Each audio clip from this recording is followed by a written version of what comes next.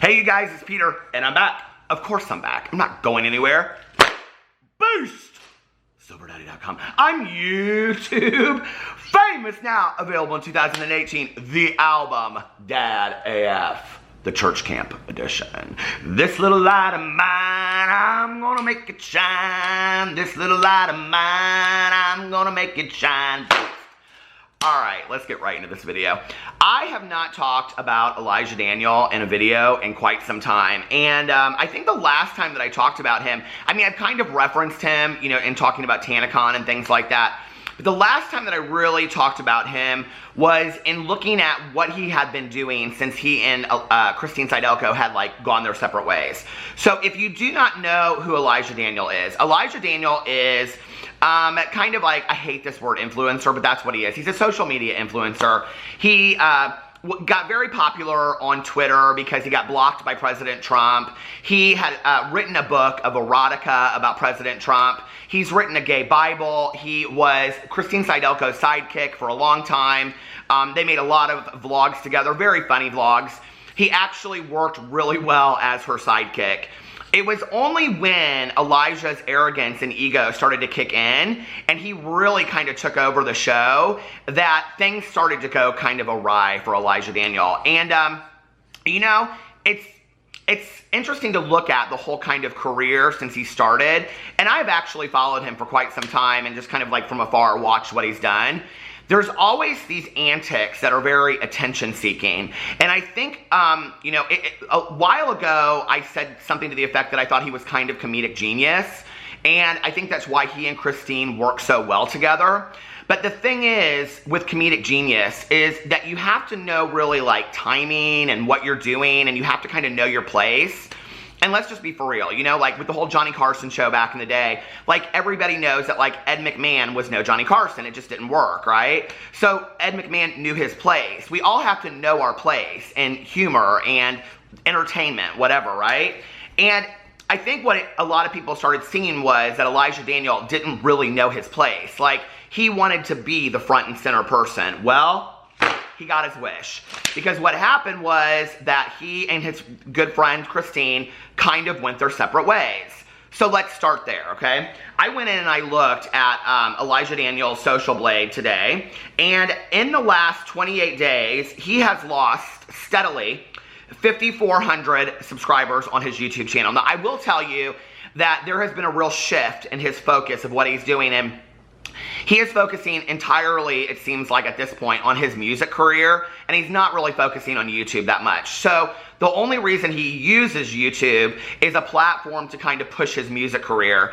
And so he has his boyfriend, Dr. Woke, and they're rappers, and they put out this whole thing. And before anybody wants to come for me, listen, I do my research, and I have listened to Elijah Daniel's entire album. And I will say this, it's not bad, it's not, you know what I mean? If that's what you like, then it's probably, if you like that kind of like rap, you know, I don't know, you know, exclusive lyrics, is that what we should call them?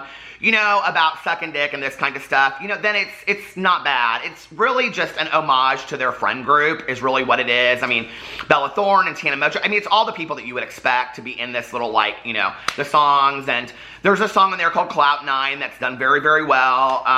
Now, he tweeted out that he was on the Billboard charts. That could have been for that day. I don't know, but I went and looked, and I do not see Elijah Daniel's album anywhere on the Billboard charts. I don't see it anywhere on iTunes charts. If it is, and I looked, like I really looked, I could be wrong, because before I looked, I was honestly really hopeful. I was like, this would be really cool if another YouTuber kind of like got up there, you know, and like really kind of made a name for himself.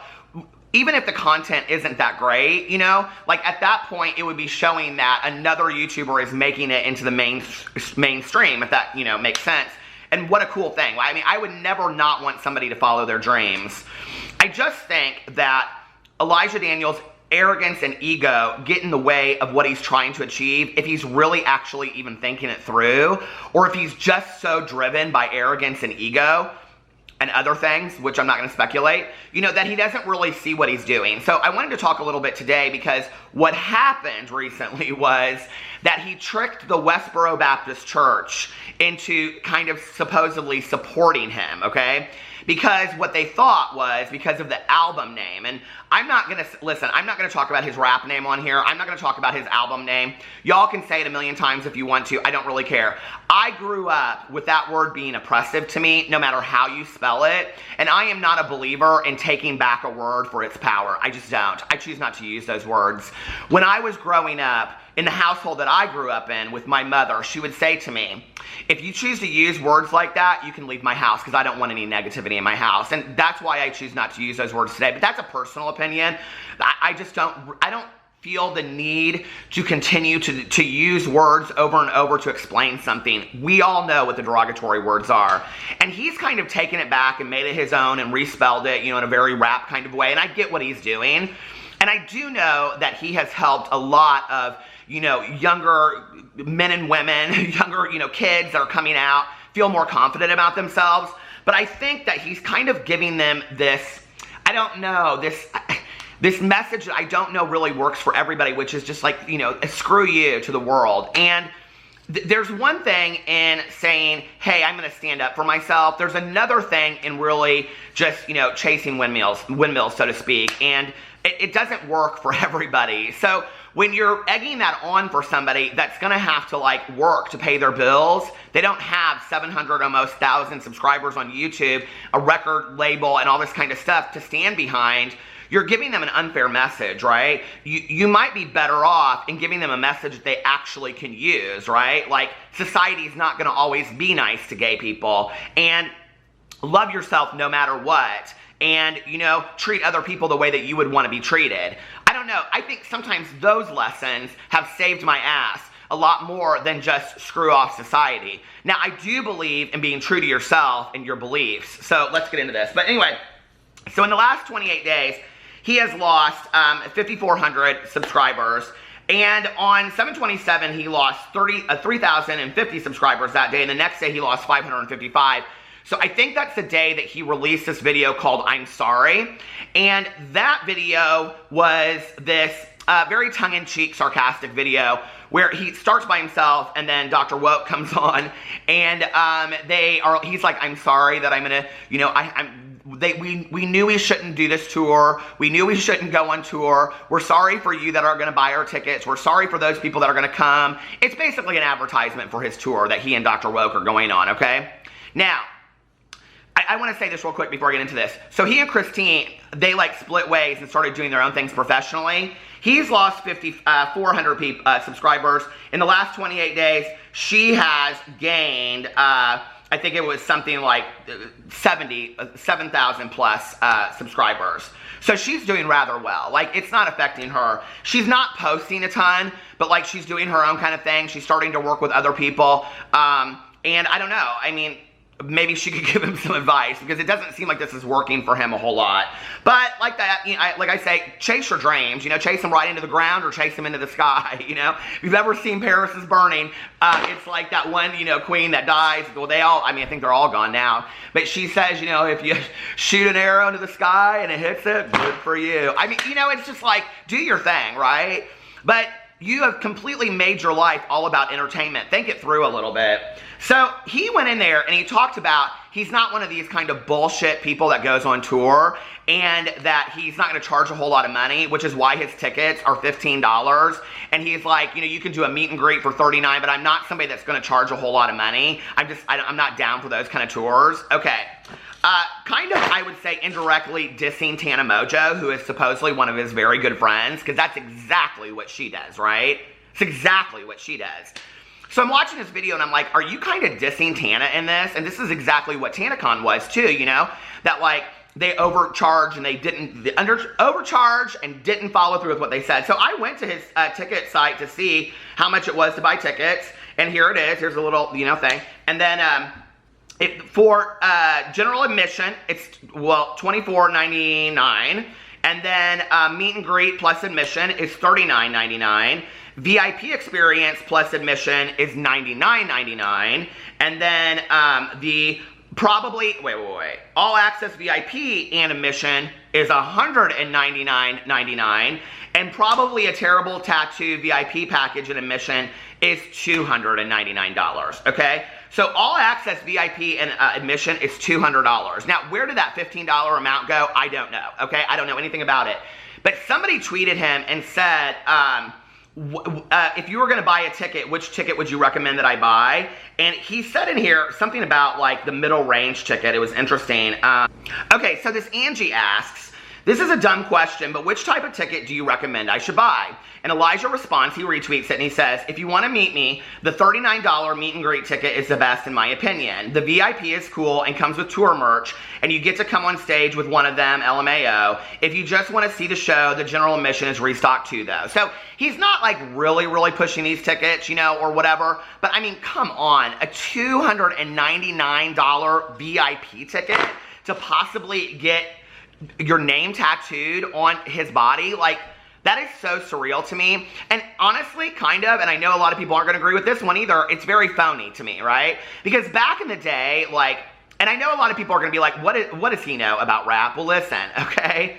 I was listening to East Coast rap, West Coast, long before Elijah Daniel was ever breathing on this earth. True story, okay?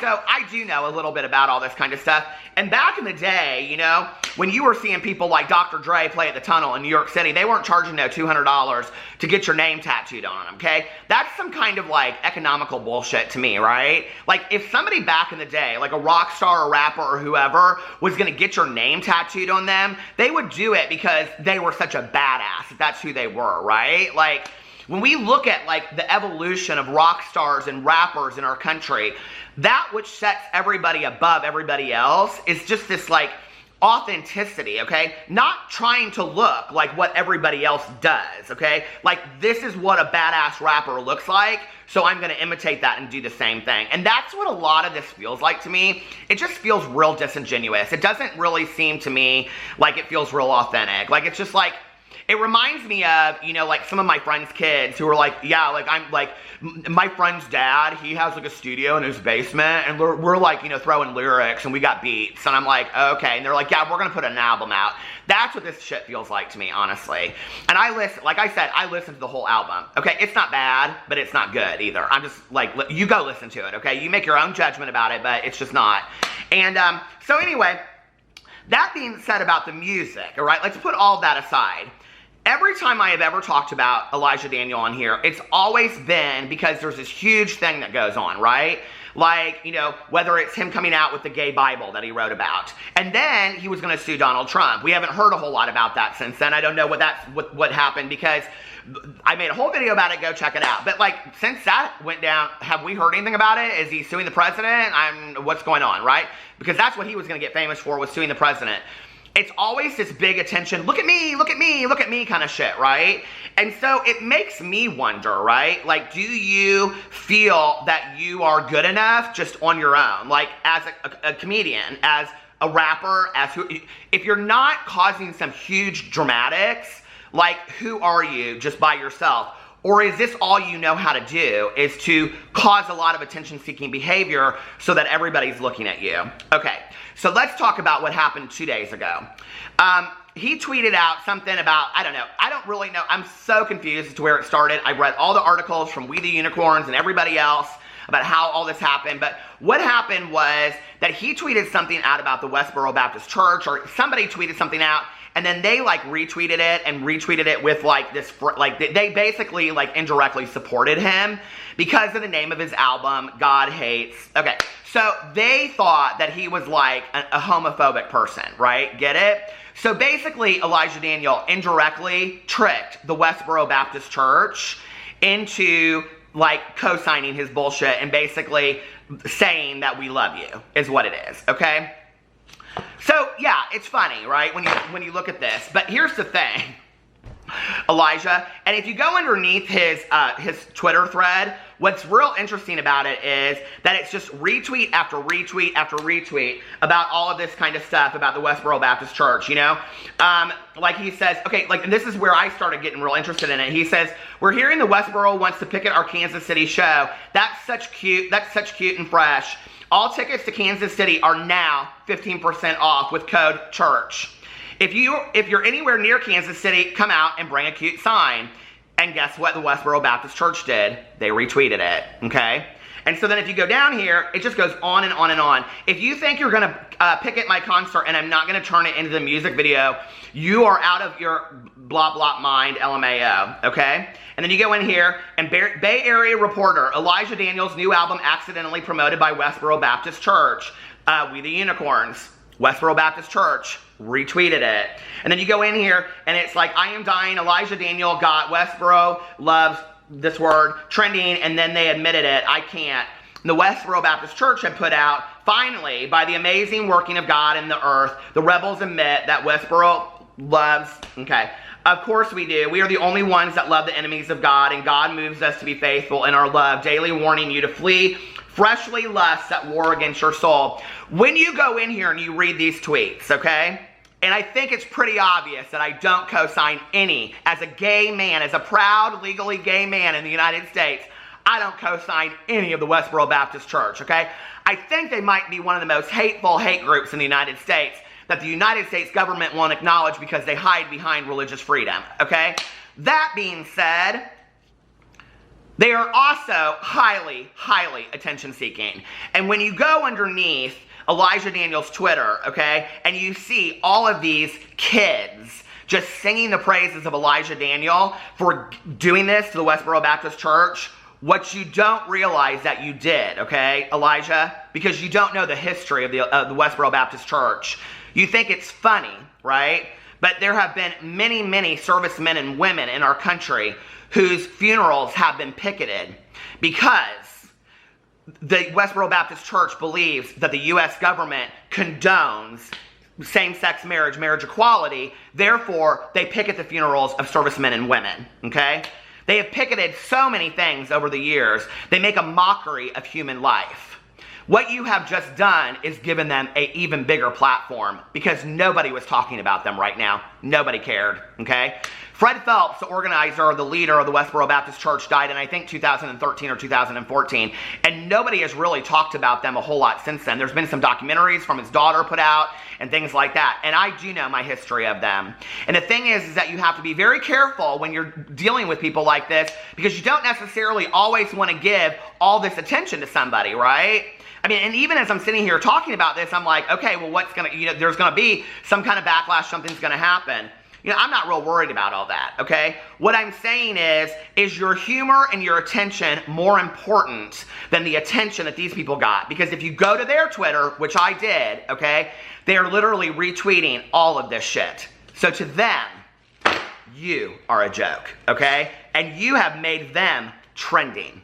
Now people that never knew who the Westboro Baptist Church are wondering who they are. And we have just educated an entire new generation on who the Westboro Baptist Church is that never would have known and never needed to know. Now they know, okay? And it's not going to change their motive. If you go and you watch things from them from 15 or 20 years ago, they're still doing the same things they do now. And I'm not sure if you believe that standing up and saying, if you pick at my show and I turn it into music, they'll live for that shit. They will absolutely live for that shit. So what is your plan here long term? Do you really think you're going to take down this religious organization? Do you think you have the power to do that? I wish you all the best. I really, really do. But like I've said in my past 10 Elijah Daniel videos, I really wish that Elijah Daniel would realize the platform that he has, okay? Which now people are like, if he ain't with Christine and he's not just doing humor, I can't get with this anymore, this whole rap gig, because he's losing subscribers, people aren't interested in stuff anymore. I wish Elijah would realize he can be a rapper, he can do all this kind of stuff, you know? Send out a better message than what you're sending out. What you send out a lot of times, and I've read, I mean, this not just about this, but on and on and on your tweets of being irresponsible, of not caring about this stuff. You know, Elijah, people really like you. I've seen you talk in videos about kids contacting you and saying, thank you for saving my life. That's powerful. Like, that is a lot of, you have a lot of electricity going through the world right now that you could do so much good with. Step back, see what you're doing with that, right? Like, I'm not telling you that you have to tone it down and not be crazy and all this kind of stuff, but really think about the message that you're sending out there in the world, right? Like, think it through, educate yourself. Look at the people that have made real change in our world and how they did it.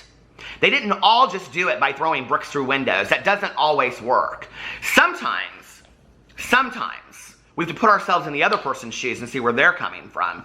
Sometimes we have to think about the people that we are talking to via the camera or the music or whatever we're doing, and think about what might it be like if I was in their shoes watching me and what I'm putting out there in the world. What would they make of that? What would they think? And do they think that they can just go out there and they can put out a rap album and be just like me? You are inspiring to a lot of people. You are motivating to a lot of people. Don't ever lose that, and don't forget the power that you have. I love you guys, and I will see you tomorrow.